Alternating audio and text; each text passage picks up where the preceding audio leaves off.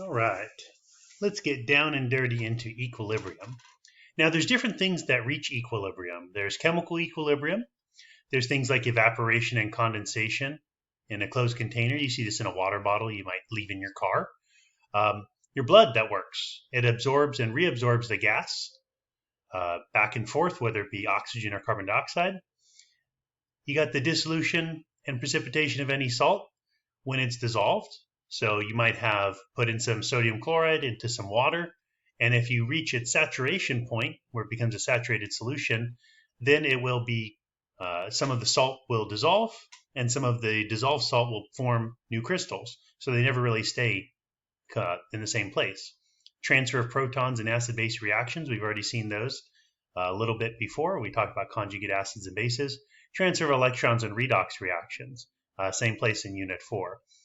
The example shown over here, there we go, is a very chemical reaction in which we have nitrogen in red decreasing along with hydrogen in yellow decreasing, and we have the increasing concentration of ammonia.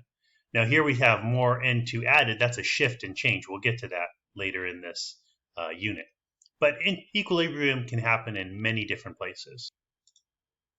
So in chemical equilibrium, these are reversible reactions where you have the double arrows going on. We've seen several examples of these already. This is where the reactants form the products also form the reactants at the same time.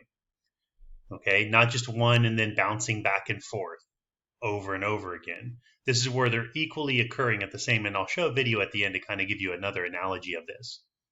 Now, when the rate of the forward equals the rate of the reverse, concentration remains unchanged. That's when we have chemical equilibrium. Now, in a simple reaction, you remember kinetics? Why was it so important to measure the reaction rate at the start of the reaction? Remember, called method of initial rates, as these things are all changing? It's because at some point they reach equilibrium to where they become stable and unchanging. So when we think of kinetics, we're talking about here, this area. Here we're talking about equilibrium, where they are unchanged, because we don't need to really study how much they change, i.e. kinetics, when they don't change. You might remember from kinetics the fact that these concentrations decrease, this one's increasing, but the rate of the reaction is actually slowing down.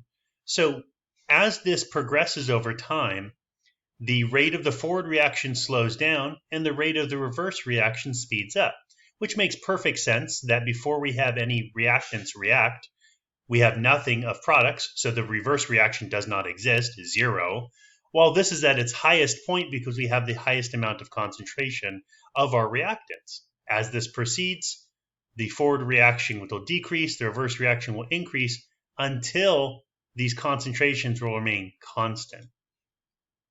This is what's called dynamic equilibrium.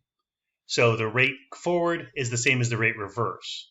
They no longer change concentration. That doesn't mean they're equal. That's often the biggest error that students do on any test. They're not equal, they just don't change. Now you might remember some thermodynamics from either what we've talked about or what you maybe learned in previous courses. Delta G, that's Gibbs free energy, if the change in Gibbs free energy is negative, then the forward reaction is occurring, so reactants making products. If delta G is positive, the reverse reaction is favored, meaning products are going to break down to make reactants.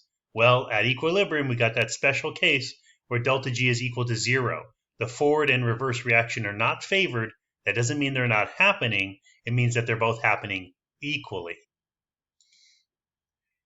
Equilibrium does not mean equal concentrations, always the case. The rates are equal, doesn't mean concentrations are equal, just means they're steady. If it's product favored, some reactions reach equilibrium only after all of the reactant molecules are consumed. We say that this favors the products. So that means a lot of it makes the products, but maybe not all of it. Reactant favored means that only a small percentage of reactant molecules are consumed. Position of equilibrium favors the reactants. I would say one that you're familiar with is the idea of weak acids.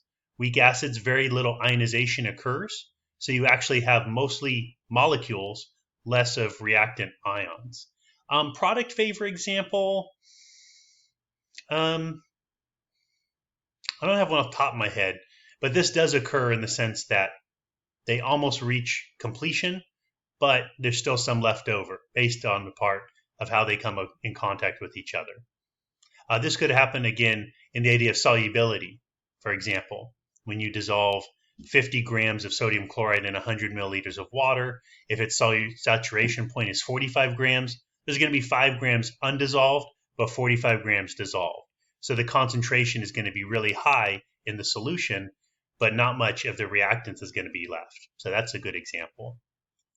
I realized I haven't been able to play the sounds from my computer based off when I started this. So I'll put this link available on Schoology.